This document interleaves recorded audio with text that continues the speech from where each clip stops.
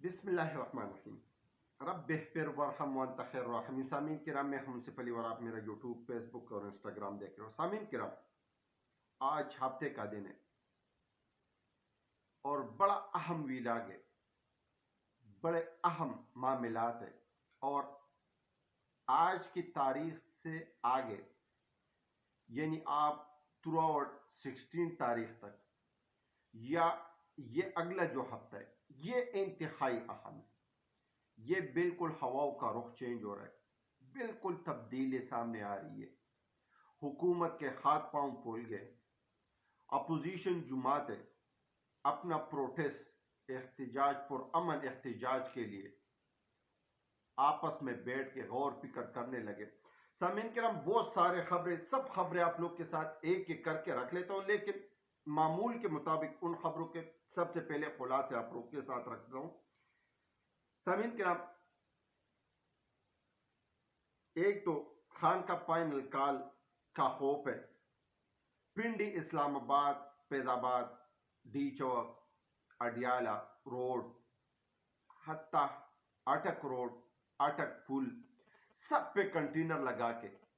سب کو بند کر دیا،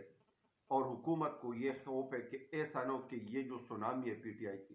یہ جو لاکھوں کا مجمع ہے، اگر یہ اڈیالہ جیل یا اسلام آباد کی طرف لانگ مارچ کرنے پہ آ گئے تو ان کو کنٹرول کرنا پاکستان تو دور کے کسی اور بھی بڑی طاقت کی بھی بس کے بات نہیں ہوگی۔ قافلوں کا رخ صوابی کی طرف رواں دوائیں۔ خان کا اگلا لائحہ عمل جو ہے نا، وہ بھی گنڈا پور صاحب کے خطاب میں وہ بھی آ گئی ہے، جبکہ 12 سے لے کر 16 نومبر تک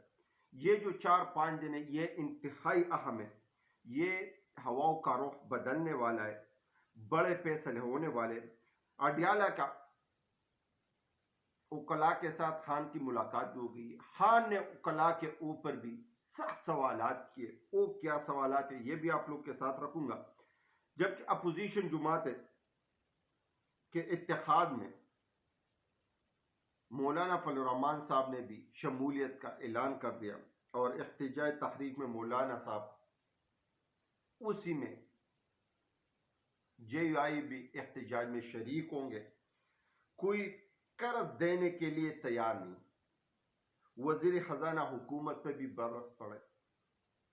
اب حکومت کے ہاتھ پاؤں پھول گئے، معیشت نہیں سنبھل رہی ہے، آئی ایم ایف کے نئے شرائط آنے والے، ان کی ٹیم آ رہی ہے، بیرونی ملکوں کا دباؤ دن بدن بڑھ رہے ہیں، کبھی کانگریس کے اراکین، تو کبھی برطانیہ سے خط، تو کبھی یو این کا خط، اور کبھی یو این کے پھر چارج شیٹ، تو یہ ساری چیزیں حکومت کے لیے سنبھلنا مشکل ہے۔ جبکہ اسٹیبلشمنٹ نے قاضی صاحب کو بچانے کے لیے برطانیہ کو خط بھی لکھ لیا، جو 24-25 بندوں نے پروٹیسٹ کیا تھا، ان کو ڈیپورٹ کر کے اور ان کو پاکستان حکومت کے حوالے کرنے کے متعلق خط برطانیہ کو ارسال کی گئی ہے۔ اب کیا یہ معاملہ اسی طرح چلے گا؟ اسی طرح اپنا عزت بچائیں گے یہ پاکستانی قوم یا پاکستان حکومت، یا یہ ہوش کے ناخن لے تاکہ پانی زیادہ دور تک نہ جائے اور کسی نہ کسی جگہ پہ، کسی نہ کسی ڈگر چوراہے پہ اس کو باندھی جائے، اور یہ جو حالات جو پھیلتا جا رہے، جو بے حسی کا ماحول گرم ہے، ان کو کسی نہ کسی ڈگر پہ کنٹرول کیا جائے، اللہ کرے ایسا ہو۔ دوسرا، کوئٹہ میں سیکورٹی ادارے سب ایک احتجاج کو کچلنے، پکڑ دکڑ،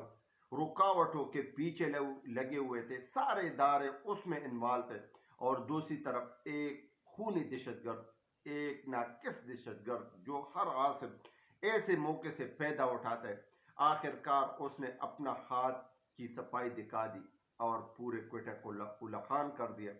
25 بندوں کی شہادت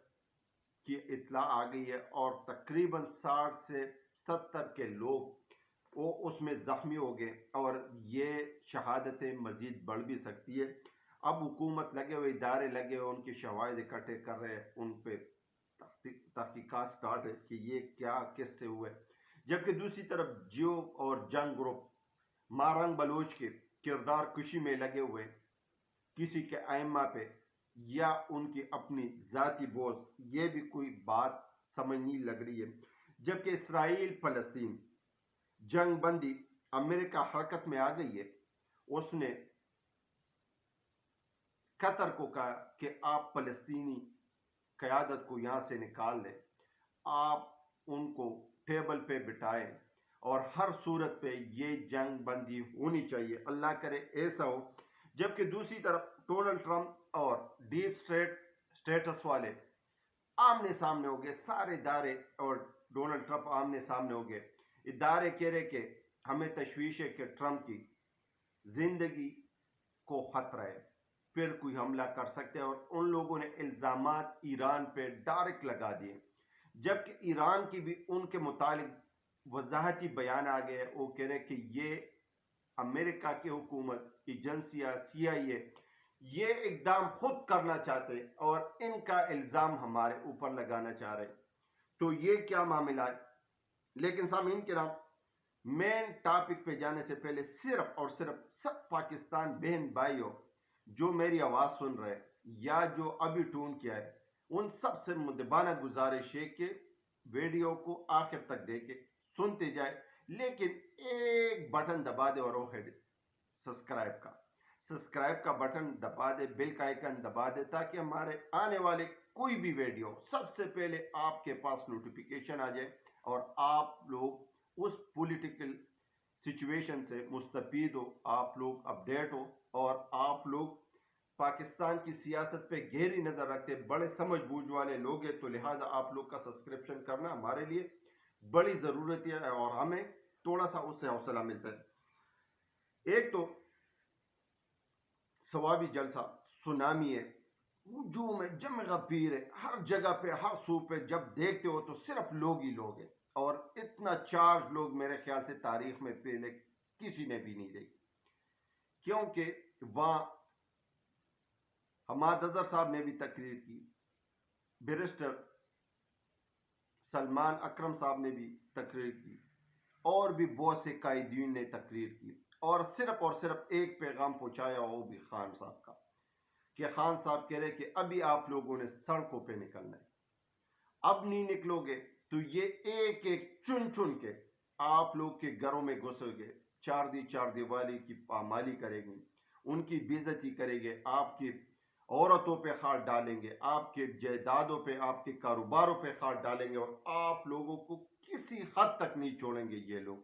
تو لہٰذا اپنے اور اپنے مستقبل کو بچانے کے لیے آپ لوگوں نے پروٹیسٹ کرنا ہے، باہر نکلنا ہے اور غیر آئینی اقدام کو روکنا ہے. جبکہ حماد اظہر صاحب نے بھی یہی باتیں دہرائی ہے، جبکہ علی امین گنڈاپور صاحب کا وہی پیغام عمران خان صاحب کا کہ اب ہم واپس نہیں جائیں گے، ہر صورت پہ عمران خان صاحب کی رہائی چاہتے ہیں، خواہ اس پہ ہمیں ہفتے لگے، مہینے لگے یا دن لگے، لیکن یہ رہائی ہر صورت پہ ہونی ہے. ہمیں مارنا چاہتے ہو تو مار لیں، ہمیں گرفتار کرنا چاہتے ہو تو گرفتار کر لیں، ہم پہ تشدد کرنا چاہتے ہو تو تشدد کر لیں، ہم کسی ادارے کے خلاف نہیں ہیں. پاکستانی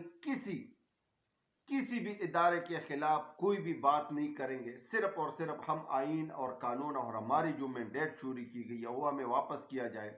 عمران خان صاحب پہ جو ناجائز کیسز بنے ہو اس کو ختم کیا جائے، عمران خان صاحب کو رہائی مل جائے. جبکہ عمران خان صاحب کو ویسے بھی رہائی مل رہی ہے، کیونکہ چیف جسٹس شاہی آفریدی صاحب نے سپریم کورٹ کے جو چیف ججز ہیں، جن کے سرکار میں کچھ ایجنسیوں کی مداخلت کے شواہد آئے تھے، اس نے کہا کہ اب آپ لوگ آئین اور قانون اور انصاف پہ فیصلے دیتے جائے، اور میں دیکھتا ہوں کہ کون آپ کے سرکار میں مداخلت کرتے. ایک تو یہ، دوسرا عمران خان صاحب کو 9 مئی جس طرح گنونی اقدام اس کے اوپر ڈالے گئے تھے، جس طرح 200 سے اوپر مقدمات اس پہ بنے ہوئے تھے، وہ تقریباً اس میں جو 9 مئی میں جو لوگ قید تھے وہ 90% تو ویسے بھی رہا ہو چکے، یہ 5-10% ہے. لیکن اس میں یاسمین راشد اور بھی بہت سے سیاسی قائدین ابھی بھی قید و بند کی زندگی گزار رہے، شاہ محمود قریشی جیسے لیڈر. تو اس کے لیے اب جنوبی پنجاب، شمالی پنجاب، اس جلسے میں یہ اندیا دیا گیا ہے کہ جو ٹکٹ ہولڈر ہے اگر وہ پروٹیسٹ نہیں کرتا، وہ باہر نہیں نکلتا، خاص طور پہ شمالی پنجاب، جنوبی پنجاب، تو لہٰذا ان کا استعفیٰ طلب کیا جائے گا، ان کو پارٹی سے نکالا جائے گا اور ان کو اب کسی صورت پہ بھی نہیں چھوڑا جائے گا۔ تو لہٰذا اب ہر بندہ اپنے جگہ پہ اقدام کریں گے، باہر نکلیں گے تو تب یہ حالات بہتر ہوں گے، ادروائز یہ ایک ایک کو چن چن کے ماریں گے اور ایک ایک کو چن چن کے پکڑ کے اندر کریں گے۔ اب دیکھنا یہ ہے کہ کیا یہ چیزیں چلتی رہے گی یا نہیں رہے گی۔ لیکن دوسری طرف خان کا اڈیالہ جیل میں وکلاء کے ساتھ اس نے ملاقات بھی کی اور اس نے بریفنگ بھی دی وکلاء کو، اور پھر وکلاء سے کہا کہ یہ مشرف ضیاء الحق کے دور سے زیادہ کٹن اور سخت پرستاتیت والا دور ہے، تو لہٰذا اس ٹائم آپ لوگوں نے پروٹیسٹ کی تھی، تو آپ لوگ اب کس چیز کا انتظار کر رہے ہو؟ کیونکہ یہ کسی آئین اور قانون کو نہیں مانتے، یہ پاکستان کو ایک ایسا ملک بنانا چاہتے ہیں جس میں جنگل کا قانون ہو، جس میں ایک بادشاہ ہو، جس کے ہاتھ میں ڈنڈا ہو، وہ قانون چلاتا جائے گا اور جو رعایا ہوگا وہ مظلوم ہوگا، اس پہ ظلم ہوتا رہے گا۔ تو اس نے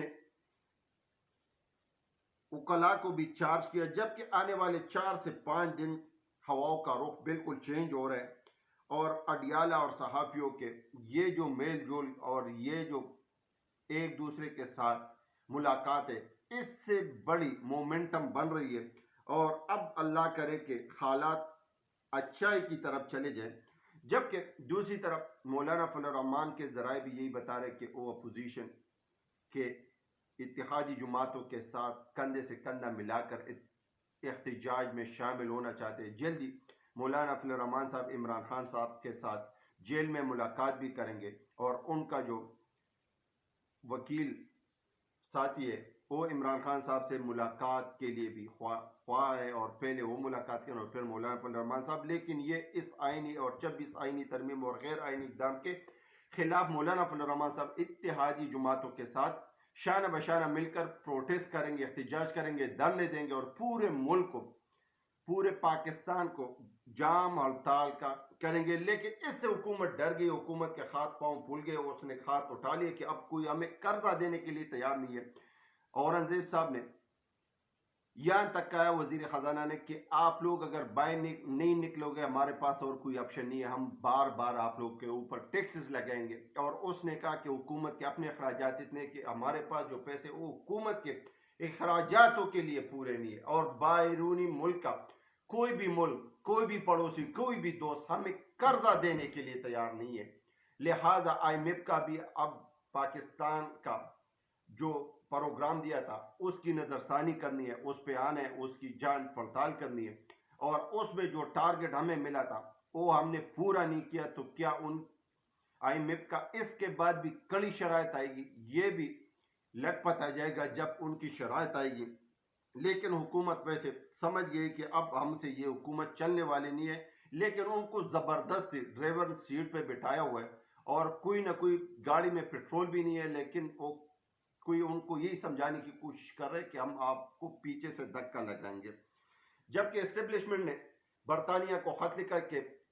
جسٹس پائیزیسا کے خلاف جو پروٹیسٹ کیا تھا، جو احتجاج کیا تھا،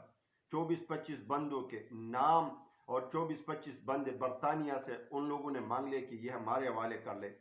یہ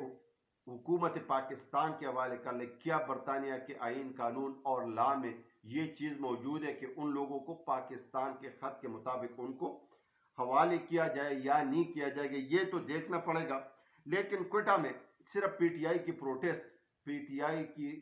نقل و حرکت کو روکنے کے لیے سارے ادارے لگے ہوئے تھے، لیکن ایک ظالم، ایک جابر اور ایک بے غیرت قسم کا دہشت گرد وہاں ریلوے اسٹیشن کے پلیٹ فارم پہ اس نے دھماکہ کیا، اور تقریباً بتایا جا رہا ہے کہ 25 سے 30 لوگ اس میں شہید ہو گئے اور 50 سے 60 لوگ اس میں زخمی ہو گئے۔ تو یہ ہے کہ جب اداروں کا رخ دوسری طرف ہو، سیکورٹی اداروں کا رخ دوسری طرف ہو، تو ظاہری بات ہے پھر غاصب، پھر جو